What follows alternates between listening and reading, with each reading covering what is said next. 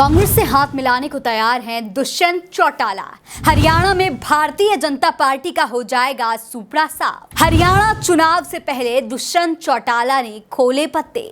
नीतीश कुमार की तरह king maker बनने को तैयार हैं दुष्यंत चौटाला। नमस्कार दोस्तों, हरियाणा के पूर्व उप मुख्यमंत्री दुष्यंत चौटाला नीतीश कुमार के नक्शे कदम पर चलने की पूरी प्लानिंग करके बैठे हुए हैं। खुद को किंग मेकर भी कह रहे हैं और भारतीय जनता पार्टी से दूरी बनाने की कोशिश करते हुए भी दिखाई दे रहे हैं।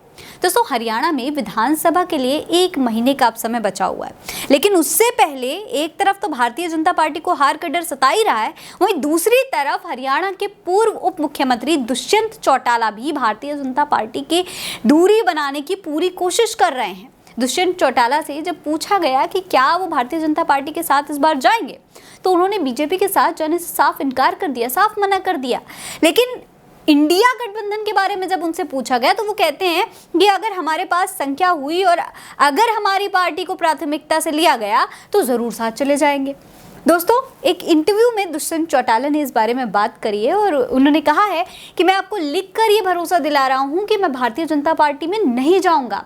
इसके अलावा जब उनसे 2024 के लोकसभा चुनाव में उनकी हार के बारे में पूछा गया तो उन्होंने जवाब देते हुए कहा कि वो इसे संकट के तौर पर नहीं लेते। उनका मानना है कि जो होना था वो हो गया। वो ये भी कहते हैं कि अब मैं इसे एक मौके के तौर पर लेता हूँ। हमारी पार्टी पिछली बार भी किंग मेकर थी और आने वाले समय में आप देखेंगे कि जेजेपी हरियाणा के लिए सबसे ज्यादा अहम पार्टी होगी। जहाँ एक तरफ उन्होंने भूपेंद्र हुड्डा पर तंज किया, वहीं जब उनसे इंडिया गठबंधन को लेकर सवाल किया गया कि क्या वो इंडिया गठबंधन का हिस्सा बनेंगे, तो पहले तो उन्होंने भूपेंद्र हुड्डा पर भ्रष्टाचार के आरोप लगाए, लेकिन फिर उन्होंने जवाब देते हुए कहा कि देखते हैं, अगर हमारे पास नंबर हुआ तो जरूर, और अगर हमारी पार्टी को सही दर्जा दिया गया तो क्यों नहीं करेंगे। वहीं जब उनसे एनडीए गठबंधन के साथ काम करने के अनुभव के बारे में पूछा गया दोस्तों, तो उन्होंने ये भी कहा कि वो हर स्थिति में एनडीए के साथ खड़े रहे हैं। यहाँ तक कि पहलवानों और किसानों के मुद्दे के बावजूद भी उन्होंने अपना रुख नहीं बदला था। लेकिन सम्मान नहीं देंगे तो आश्वासन कौन देगा, यानी कि उनके कहने का सीधा मतलब यह है कि उन्हें भारतीय जनता पार्टी के एनडीए गठबंधन में सम्मान नहीं मिल रहा था।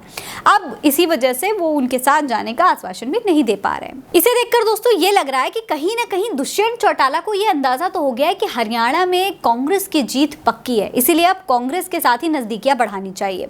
लोग तो ये भी कह रहे हैं कि इनकी फितरत बिल्कुल नीतीश कुमार वाली है। नीतीश इंडिया गठबंधन को धोखा देकर भाजपा में गए थे, लेकिन दुष्यंत भाजपा को धोखा देकर कांग्रेस में जाएंगे। पिछले 5 साल बीजेपी के साथ सरकार चलाई और अब कांग्रेस से नजदीकियां बढ़ाने लगे हैं। यानी कि दोस्तों, इस बार विधानसभा चुनाव में भी भाजपा की मुश्किलें बढ़ने वाली हैं। आपको क्या लगता है? अपनी राय हमें कमेंट सेक्शन में लिखकर जरूर बताइएगा। ये खबर आप उल्टा चश्मा यूसी पर देख रहे हैं। नमस्कार।